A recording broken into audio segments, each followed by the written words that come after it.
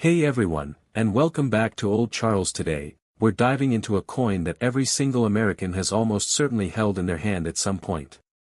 It's not made of silver, it's not a rare colonial piece, but it's a tiny, circulating time capsule from one of the most important years in modern American history, the 1976 Lincoln cent.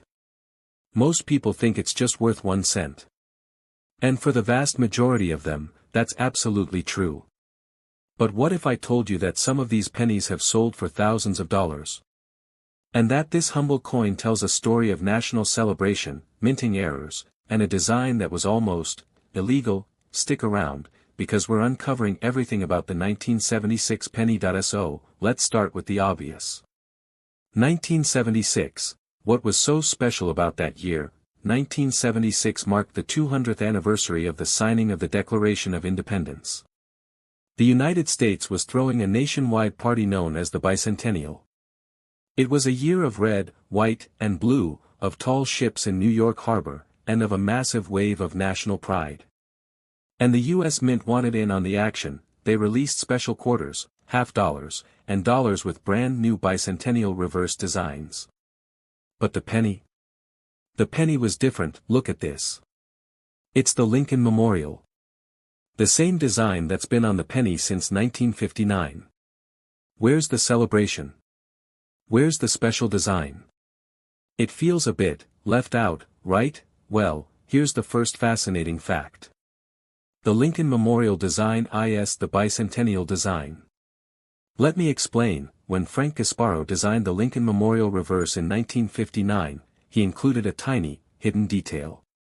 If you look inside the memorial building, right at the top, you can just barely make out a tiny statue. That, my friends, is a miniature statue of Abraham Lincoln himself. And the significance? The Lincoln Memorial was dedicated in 1922, but it symbolizes the preservation of the Union. Having Lincoln, the president who held the country together during the Civil War, on the coin during its 200th birthday was deemed symbolic enough. It was a nod to unity and preservation. So, in a way, the 1976 penny was a bicentennial coin, just a very subtle one. But that subtlety leads us to our first big mystery, and the thing that makes some of these pennies so valuable, the mint mark. The Philadelphia Mint produced a staggering 4.6 billion pennies that year. The Denver Mint produced over 4.2 billion. These are astronomical numbers. So, just from a mintage perspective, they are common. However, for decades, collectors noticed something strange. In circulated condition, finding a 1976 penny seemed harder than finding a 1976 no-mint mark penny, even though the mintages were similar. This led to a theory, a coin legend if you will, that perhaps a large quantity of 1976 cents were never released, or were lost, or melted. While the missing hoard theory is debated, the practical reality is that in high grades, the 1976 is significantly scarcer than its Philadelphia cousin. Let's talk numbers. A regular 1976 penny in uncirculated condition might be worth 25 to 50 cents. But a 1976 in the same pristine, MS-65 red condition can be worth $10, $20, or even more. That's a huge multiplier for a modern coin. For the serious collector, finding a beautiful, full red, sharply struck 1976 is a key goal. So, if you're searching your change, pay special attention to the 1976 Now, this is where it gets really exciting. The big money in 1976 cents isn't in the regular coins. It's in the mistakes. The U.S. Mint has incredible quality control, but with billions of coins flying off the presses, errors happen. And when they do, collectors go wild. First up, the 1976 double die obverse. This happens when the hub that imprints the design onto a coin die shifts slightly between impressions, creating a doubling effect on every coin struck by that faulty die. Look at the date, 1976, and the motto, "In God We Trust." You can see a distinct doubling, a shadow effect. This is not the common, machine doubling you sometimes see, which is flat and shelf-like. This is true, collectible doubled die. A strong example of this coin in mint state can be worth over $1,000, next, off-center strikes. This is exactly what it sounds like. The coin blank isn't properly centered when the dies come crashing down, resulting in a coin that's only partially printed. The value depends on how far off-center it is. A 5% off-center might be worth $10. But a dramatic 50% off-center strike, where you can see a full date on the displaced part, can be worth $100 to $200 or more. The more of the design missing, generally, the more valuable it is. And finally, the broad strike. In this error, the retaining collar, the ring that holds the blank in place, fails. The coin is struck, but it spreads out like pizza dough without the constraint of the collar.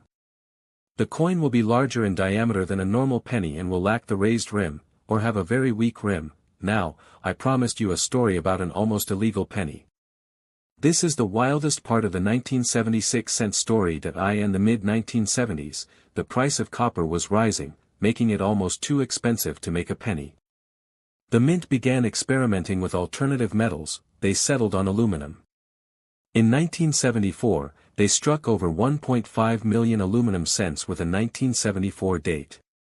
But Congress got cold feet, worried about the vending machine industry and the coin's durability, and they killed the project. But here's the kicker. The mint director, Mary Brooks, wanted souvenirs for members of Congress. So, in 1976, the mint struck a small, unknown number of aluminum cents with a 1976 date. These coins were never released. They were never legal tender. In fact, distributing them was, and still is, a crime. A few supposedly escaped the mint, and others were given to special visitors. In 2016, one of these extremely rare 1976 aluminum, and later certified by a grading service, how much is a coin that technically shouldn't exist worth? In 2017, a 1974 aluminum cent sold at auction for over $40,000. A 1976 specimen. If one ever came to a public auction, it would likely shatter that record, potentially fetching well over $100,000. It is the ultimate ghost of the 1976 penny series. So, how do you, sitting at home, find these valuable pennies? 1. Get rolls.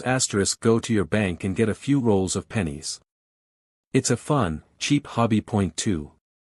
Look for the D**. Separate all your 1976 pennies, but get really excited when you see a 1976 D. Point 3. Inspect for errors. Get a cheap magnifying glass or loupe. Look at the date and, in God we trust, for that doubling. Check the rims for off-center strikes or broad strikes. Point 4. Condition is king. A worn, brown 1976 D is still just a penny. The real value is in coins that are uncirculated, still with their original red luster. Look for coins that are bright, shiny, and have no wear on Lincoln's cheek or coat. Point 5. Weigh it. This is a long shot, but a 1976 penny should weigh 3.11 grams. If you find one that's significantly lighter, you might have something truly bizarre, like a coin struck on a foreign planchet. So, the next time you get a penny in your change, don't just dismiss it as worthless. Take a half second to look at the date. If it's a 1976, you're holding a piece of America's 200th birthday party. It's a common coin, yes, but one with an uncommon story, filled with mystery, potential fortune, and a secret, symbolic design. Powerful kingdoms in Africa and the Americas. The Ghana and Mali empires in West Africa, the Khmer Empire in Southeast Asia, and the Maya and Aztec civilizations in the Americas. Beginning in Britain, it transitioned economies from agriculture to machine-based manufacturing. It created immense wealth but also led to urbanization and social problems, reshaping human society completely. Industrialized nations, especially in Europe, aggressively expanded and conquered vast territories in Africa, Asia, and Oceania. The 20th century was defined by two devastating global conflicts, World War I and World War II, and a global economic depression. These wars led to the collapse of old empires and the rise of the United States and the Soviet Union as superpowers.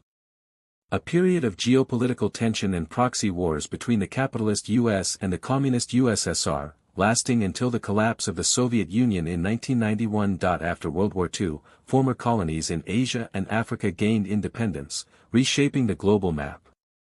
The late 20th and early 21st centuries have been defined by the rise of computers, the internet, and rapid globalization, creating an interconnected world facing new challenges like climate change and managing information. To understand the present ***, the present is a product of the past. You cannot understand current political conflicts, social structures, or economic systems without knowing their history. To develop critical thinking. Well, today we're diving deep into one of the most common coins in modern U.S. history. The 1980 Lincoln Memorial Cent. Millions upon millions were made. You almost certainly have one in a jar somewhere. So, the $1,000,000 question, or, more accurately, the 1-cent question, is this: is your 1980 penny a worthless piece of copper or a hidden numismatic gem? Stick around, because we're not just going to give you a simple answer. We're going to explore the fascinating history, the key varieties, and the shocking errors that make some 1980 pennies worth hundreds, even thousands, of dollars. To understand the 1980 penny, we need to set the scene. The year is 1980. The US is in a recession, inflation is high, and the cost of making a penny is starting to creep dangerously close to its face value. The Lincoln Memorial Cent design, which started in 1959, was in its prime. The U.S. Mint was working at full capacity to produce enough coinage for a growing economy. In 1980 alone, they struck a staggering 7.2 billion pennies across 3 mints. Let's break that down. Philadelphia Mint, no mint mark ***, 7,366,000,000. Denver Mint, D mint mark ***, 5,140,000,000. San Francisco Mint, S mint mark ***, 3,554,000. Proof coins only. That's over 12.5 billion pennies from Philadelphia and Denver alone. So, right off the bat, the vast, and I mean vast, majority of 1980 pennies are just that, worth 1 cent. They are face value coins. But, as always, the devil is in the details. This is your standard issue, Philadelphia struck 1980 penny. No mint mark, made from a planchet of 95% copper and 5% zinc. It weighs 3.11 grams. In this condition, circulated, with some wear and tear, it's worth 1 cent now. This is something special. This is a 1980s proof coin. It was struck in San Francisco specifically for collectors, sold in sets. It has a mirror-like background and frosted design elements. These were never intended for circulation. In its original packaging, a 1980s proof penny is worth about $2 to $3. So, Alex, you're saying, you told me there was a hidden fortune. And you're right. Because now we get to the good stuff, the key varieties and errors. This is the king of 1980 pennies. The one that gets collectors' hearts racing. On every San Francisco penny, there should be a clear S mint mark. But in 1980, a tiny number of proof coins left the mint with a major error. The S mint mark was missing. This happened because a proof die, the stamp that makes the coin, somehow had its mint mark polished away or filled with grease before the coins were struck. The result? A seemingly Philadelphia-struck coin, but with the perfect, mirror-like surfaces of a proof. It is incredibly rare. Experts believe only a few thousand, maybe even just a couple of thousand, exist. And they were only discovered after the mint sets had been sold and opened by collectors. So, what is a 1980 no-S proof penny worth in lower grades, like PR 63, you're looking at $200 hats. It can be worth $10,000 to $15,000 or more. Now, a huge word of caution. This is only for the proof version. A 1980 penny with no mint mark is just a normal Philadelphia coin. The error is a San Francisco proof coin that is missing its S. Do not get your hopes up looking at your pocket change. This coin almost never appears in circulation. Point 2. The 1980 wide AM variety. This is a fascinating and sought-after variety. For most of the 1980s, the Lincoln cent had what's called a close AM. The A and M in America are very close together. However, Some 1980 pennies were struck using a reverse die from the following year, which had a wide AM separation. Finding a 1980 penny with a wide AM is a genuine treasure hunt. It's not an error, but a legitimate variety. In uncirculated condition, a 1980 wide AM can be worth $25 to $100. Alright, time for a practical guide. Here's your step-by-step action plan. Point 1. Get a magnifier. You cannot do this with the naked eye. A simple 5x or 10x jeweler's loupe is perfect. Point 2. Sort by mint mark, separate your 1980p, 1980d, and any 1980s proofs you might have from an old set. Point 3. Inspect the S on proofs. If you have a 1980s proof, look very carefully at the mint mark area. Is there a clear, raised S? Or is it smooth and blank? If it's blank, you might have hit the jackpot. Get it certified by PCGS or NGC immediately. Point 4. Check the D on Denver coins. Look for a weak, mushy, or incomplete D mint mark. That's your filled D variety. Point 5. Look at the AM in America. Compare the spacing to a known, close AM penny. Is there a clear gap? You might have the valuable, wide AM variety. So, let's answer the question we started with. What is a 1980 penny worth for 99.99% of them? The answer is 1 cent. They are incredibly common coins, but the 1980 cent teaches us a crucial lesson in coin collecting: scarcity and errors create value. It's not about the year, it's about the specific circumstances of that coin's creation. The 1980 NOS proof, the wide AM, and even a strong filled D mint mark show us that even in the sea of common coins, there are islands of incredible rarity and value. So the next time you get a penny in your change, take a half second longer to look at it. Check the date, check the mint mark. You never know. You might just be holding a piece of history worth thousands. The 1 cent piece, universally known as the penny, is more than just America's lowest denomination coin, it is a numismatic timeline of the nation itself. Its story reflects over 200 years of economic shifts, technological advancements, and changing artistic tastes. Following the ratification of the Constitution, the new United States government needed to establish a stable financial system. The Coinage Act of 1792, championed by Secretary of the Treasury Alexander Hamilton, created the United States Mint and authorized a decimal-based coinage system, a radical departure from the British pound. SYST. Copper and were about the size of a modern half-dollar. The obverse, front, featured a bust of Liberty with flowing hair, facing right. The reverse, back, featured a chain of 15 links, representing the unity of the 15 states in the Union at the time. The chain sent was immediately controversial.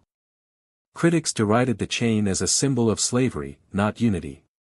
The design was politically tone-deaf and short-lived, being replaced after only 1 month of production, featuring a more refined portrait of Liberty with a cap on a pole, a symbol of freedom. This design found greater public acceptance and was produced for several years. Throughout this period, the coin's design was frequently modified, and its metallic content fluctuated with the price and availability of copper. These large cents remained in production for 64 years. The coin was dramatically reduced in size to its modern diameter. The new coin was made of 88% copper and 12% nickel, giving it a light, white appearance. The obverse featured a flying eagle, a dynamic and uniquely American symbol. While popular, the flying eagle cent was difficult to strike properly because of the hard nickel alloy. The high-relief design often struck weakly, leading to its short lifespan. Design ***. The obverse features a female figure of Liberty wearing a Native American headdress. Despite the name, it is not a portrait of a Native American. The reverse initially had a simple wreath, which was changed in 1860 to an oak wreath and shield, symbolizing strength and unity during the Civil War. Historical context ***. This coin circulated through the Civil War, the Industrial Revolution, and the settling of the American West. In 1864, to deter hoarding during the Civil War, the composition was changed to 95% copper and 5% tin and zinc, the bronze alloy that would define the penny for nearly a century. In 1909, the penny underwent its most significant transformation to date, breaking tradition for 2 reasons. 1. The 100th anniversary of Abraham Lincoln's birth *. It was the first regular issue U.S. coin to feature a real historical person. Point 2. A progressive era shift *, putting a beloved president from the common people on the nation's most common coin was a powerful democratic statement, designed by Victor D. Brenner *. The obverse featured a dignified profile of Lincoln. The reverse featured 2 wheat stalks, earning it the nickname Wheatie. The 1909 SVDB scandal ***. The initial 1909 coins from San Francisco, the S mint mark, featured the designer's initials, VDB, prominently on the reverse. This was deemed too large and vain, and the initials were hastily removed, making the 1909 SVDB one of the most famous and valuable key-date coins in American numismatics. The Lincoln wheat cent saw the U.S. through 2 world wars and the Great Depression. Its production during World War II is of particular historical note. In 1943, to conserve copper for the war effort, the mint struck cents on zinc-coated steel planchets. These shiny, silver-looking steelies are a unique and collectible wartime relic that in 1959, for the 150th anniversary of Lincoln's birth, the reverse was redesigned by Frank Gasparo. The new design ***. The wheat stalks were replaced by a depiction of the Lincoln Memorial in Washington, D.C. A clever detail, often unnoticed, is that on well-struck coins, you can see the tiny statue of Lincoln inside the memorial. The composition crisis of 1982 ***. This was the most significant change to the cent since 1864. The rising price of copper once again pushed the metal value above 1 cent. To avoid this, the mint changed the composition mid-year. Most pennies dated 1982 and later are made of 97.5% zinc and 2.5% copper, with a thin copper plating. A small number of 1982 dated pennies were struck in the old bronze alloy, making them interesting to collectors. In 2009, to celebrate the 200th anniversary of Lincoln's birth, the mint issued 4 different reverse designs on the penny, each representing a different aspect of his life. 1. Birth and early childhood in Kentucky, log cabin. 2. Formative years in Indiana, Lincoln reading a book while taking a break from rail splitting. 3. Professional life in Illinois, Lincoln as a state legislator in front of the Illinois state capitol. 4. Presidency in Washington, D.C., the unfinished U.S. Capitol dome. The Bicentennial program concluded in 2009, requiring a new permanent reverse. Since 2010, the penny has featured a Union shield, a symbol of Lincoln's preservation of the United States. The 13 vertical stripes represent the states united under one federal government. It has cost more than 1 cent to mint a penny for many years, making it a loss for the U.S. Mint. Many argue it has lost its practical utility in a modern cashless society. Countries like Canada have already eliminated their penny. The U.S. continues to debate its fate, with arguments for elimination facing resistance from tradition, the zinc lobby, and charitable organizations that rely on penny drives. Today, we're diving deep into a coin that every single one of you has almost certainly held in your hand. The 1981 Lincoln cent. A graphic slides in next to Alex, the 1981 penny, common coin or hidden treasure. Now, I can hear you already. Alex, come on, 1981 wasn't that long ago. There must be billions of these things. And you'd be right. The mints in Philadelphia and Denver were working overtime. But that's exactly what makes this so fascinating. Hidden within that massive mintage are some incredibly valuable errors and varieties that can turn this common 1-cent coin into a piece worth hundreds, even thousands of dollars. So, today we're answering the big question: what is the true 1981 penny value? Screen shows a clean, simple graphic of a 1981 penny. Text appears: the 1981 Lincoln Memorial Cent. First, let's set the stage. The year is 1981. Ronald Reagan is president, MTV launches, and the U.S. economy is in a weird place. Inflation is high. And for the first time, the cost of producing a penny was threatening to exceed its face value. Archival footage of the early 80s, people using payphones, buying soda from a machine for a quarter. The Lincoln Memorial Cent, designed by Frank Gasparo, had been in circulation since 1959. But in 1981, it was at a crossroads. The composition was still 95% copper and 5% zinc, a formula that was becoming expensive. But for this one last year, they stuck with it, making these coins heavier and with that classic, warm copper color we all know. Extreme close-up shots of the obverse of a 1981 P and a 1981 D, with arrows pointing to the spot where the mint mark is, or isn't. The mintages were enormous. We're talking about 7.7 billion coins combined. So, in circulated condition, your average 1981 penny is worth, exactly 1 cent. But don't be discouraged. The value isn't in the common, everyday coin. It's in the condition and the errors. Split screen showing 5 different 1981 pennies, from a worn, brown, good grade to a brilliant, red, uncirculated, MS65 red grade. For any modern coin, condition is king. A 1981 penny you found in a parking lot is worth 1 cent. But a 1981 penny that was saved in a mint set, never touched by human hands, and is in pristine, gem condition? That's a different story. Circulated, worn ****1 cent uncirculated, MS60 **** 25 to 50 cents gem uncirculated, MS65 RD *** 2 to $5. So, if you have a roll of brand new, shiny 1981 pennies from your grandparents' attic, you might have a few dollars there. But now, let's get to the really exciting stuff, the errors. Screen shows a brilliant, mirror-like 1981 S-proof penny. The S mint mark is highlighted. This is where we separate the casual looker from the serious hunter. In addition to the circulation strikes from Philly and Denver, the San Francisco Mint struck proof coins specifically for collectors.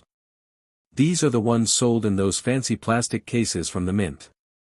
They have a mirror-like background and frosted, detailed design. Now, the standard 1981 S-proof is beautiful, and in its original casing, it's worth about $2 to $3. But there are two major varieties for the 1981 S that you absolutely need to know about. Extreme, side-by-side close-ups of the Type 1 and Type 2 mint marks. Arrows and circles highlight the differences. The Type 2 is much scarcer. A standard 1981 S-proof in a PR 65 grade might be worth $5. But find that exact same coin with the Type 2 mint mark, and you're looking at a value of $30 to $50. That's a huge premium for a tiny difference. So if you have a 1981 S-proof set, get out your loupe and check that mint mark. Ominous, exciting music. The screen shows a blown-up image of the 1981 date and motto. Alright, buckle up. This is the big one. The error that can make a 1981 penny worth a down payment on a car. I'm talking about the double die obverse, or DDO. A clear, labeled diagram appears, explaining what doubling looks like versus machine doubling, MDD. A double die occurs when the hub that impresses the design onto a working die shifts slightly between impressions.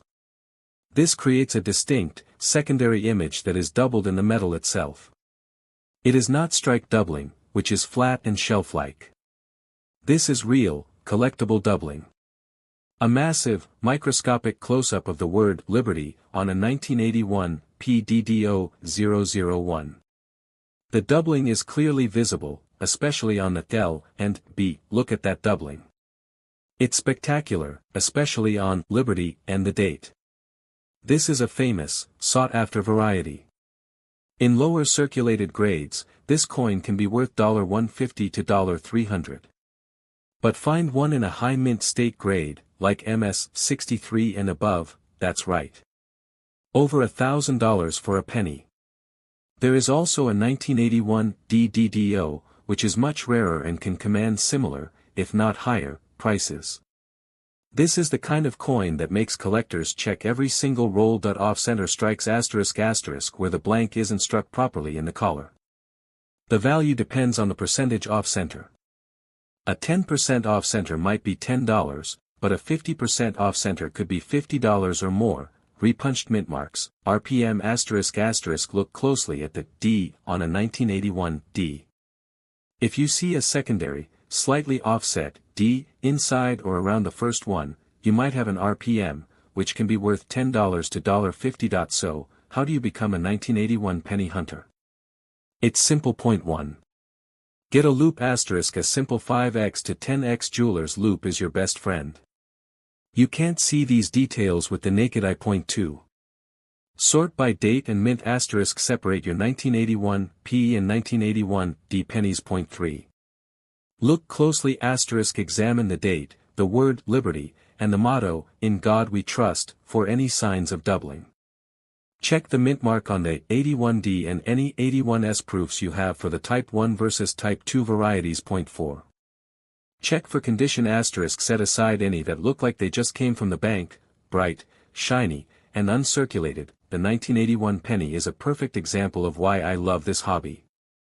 It's a piece of recent history, sitting in all of our pockets, that hold secrets and potential treasure.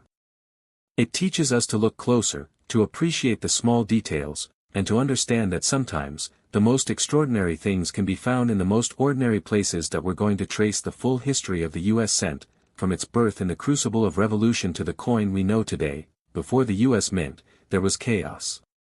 The colonies used a hodgepodge of Spanish coins, British coins, and often, simple barter. The Founding Fathers knew a unified currency was essential for national identity and commerce. So, in 1787, even before the Constitution was ratified, the Confederation Congress authorized the first official American coin, the Fugio cent, often called the Franklin cent. This coin is packed with meaning. The sundial and the word Fugio remind us that time flies. Mind your business is a brilliant double entendre, meaning both, attend to your affairs, and, remember this is about national commerce. On the reverse, 13 linked circles represent the original states, surrounding the motto, "We are one." This coin was the first to use a theme of national unity that would echo through our coinage for centuries. The Coinage Act of 1792 formally established the United States Mint and a decimal coinage system, with the cent as its base. The first cent struck by the new U.S. Mint appeared in 1793. These flowing hair large cents were massive, the size of a modern half-dollar, and were made of pure copper. The initial design, the chain cent, was immediately controversial. The obverse featured a rather wild-looking Lady Liberty. But the reverse, with its chain, was the problem. Critics said it evoked slavery, not strength and unity. The design was quickly changed within the same year to a wreath reverse, showing how sensitive the young nation was to its symbols. For the next 64 years, the large cent evolved through a series of designs, all staying roughly the same size. But there was a growing problem: copper. The price of copper was volatile, and by the 1850s, the large cent actually cost more than 1 cent to produce. It was also heavy and inconvenient. The mint needed a solution. The solution was a revolutionary change in size, composition, and technology. In 1857, the mint introduced the Flying Eagle cent. It was much smaller, about the size of our modern quarter, and it was made of 88% copper and 12% nickel, giving it a light, almost white color. This was the first small cent. This change was monumental. For the first time, the mint also mass-produced these coins using a steam-powered press, allowing for sharper details and higher production numbers. The Flying Eagle, a majestic design by James B. Longacre, was a hit, but it was notoriously difficult to strike properly. The high relief of the eagle's head and the tail often showed weak details. After just 2 years, the Flying Eagle was replaced in 1859 by one of the most beloved American coins, the Indian head. But Lady Liberty wearing a traditional Native American headdress. It was a romantic, symbolic representation of America. The reverse initially featured a simple laurel wreath, but in 1860, it was changed to an oak wreath and a shield, a nod to the Union as the nation descended into civil war. This coin circulated through the most transformative period in American history, from the Civil War to the dawn of the automotive age. It was a fixture of everyday life for half a century. In 1909, America was preparing to celebrate the 100th anniversary of Abraham Lincoln's birth. President Theodore Roosevelt, a progressive and a fan of classical art, wanted to revitalize American coinage. He believed our coins were bland compared to the ancient Greeks. He commissioned a young Lithuanian-American sculptor, Victor David Brenner, to design a new cent. The coin was a sensation. For the first time in U.S. history, a real person, a president, appeared on a regularly circulating coin. The public loved Lincoln, the common man from the frontier. The reverse featured 2 sheaves of wheat, symbolizing national prosperity, but controversy struck immediately. Brenner had placed his initials, V.D.B. in large letters at the base of the reverse. The public and press cried foul, seeing it as an act of outrageous vanity. The mint, bowing to public pressure, removed the initials within weeks of the coin's release, making the 1909 SVDB one of the most famous and valuable key-date coins in American numismatics. The Lincoln cent's composition tells a story of a nation at war and adapting to economic reality. In 1943, to save copper for the World War II effort, the mint struck cents on steel planchets coated in zinc. These steelies are magnetic, silvery in color, and a direct artifact of the home front sacrifice. Close-up on a 1943 steel cent and a 1944 bronze cent. A graphic explains the error of the 1943 copper cent. A few 1943 copper cents were struck by mistake on leftover bronze planchets, and they are now legendary rarities, worth over $1 million. In 1959, on the 150th anniversary of Lincoln's birth, the reverse was changed from the wheat ears to the Lincoln Memorial, designed by Frank Gasparo, to honor his legacy. The next big change came in 1982. Once again, the cost of metal had risen so high that the bronze penny was no longer economical. The mint changed the composition to a core of 99.2% zinc, plated with a thin layer of copper, the coin we still use today. This is why a modern penny, if scratched, shows a silvery metal underneath.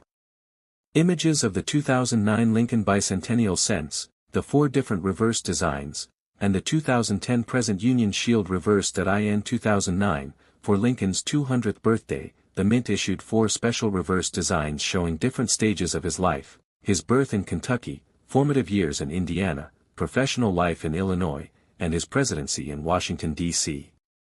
In 2010, the current Union Shield reverse was introduced, symbolizing the preservation of the nation Lincoln fought to hold together. Footage of discussions in Congress, charts showing the cost of penny production versus its face value, and this brings us to the present-day debate. For years now, it has cost the U.S. Mint more than 1 cent to produce and distribute a 1-cent coin. This, coupled with its declining purchasing power, has led to serious calls to eliminate the penny altogether, as Canada and other countries have done. Proponents of elimination cite the cost savings and inefficiency. Those who wish to keep it cite tradition, the rounding of cash transactions, and its role in charity.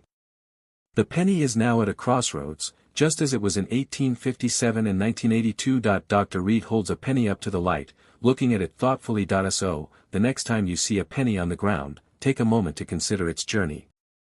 It's a direct descendant of the Fugio cent's plea for unity. It carries the image of one of our greatest presidents, placed there during a wave of progressive reform.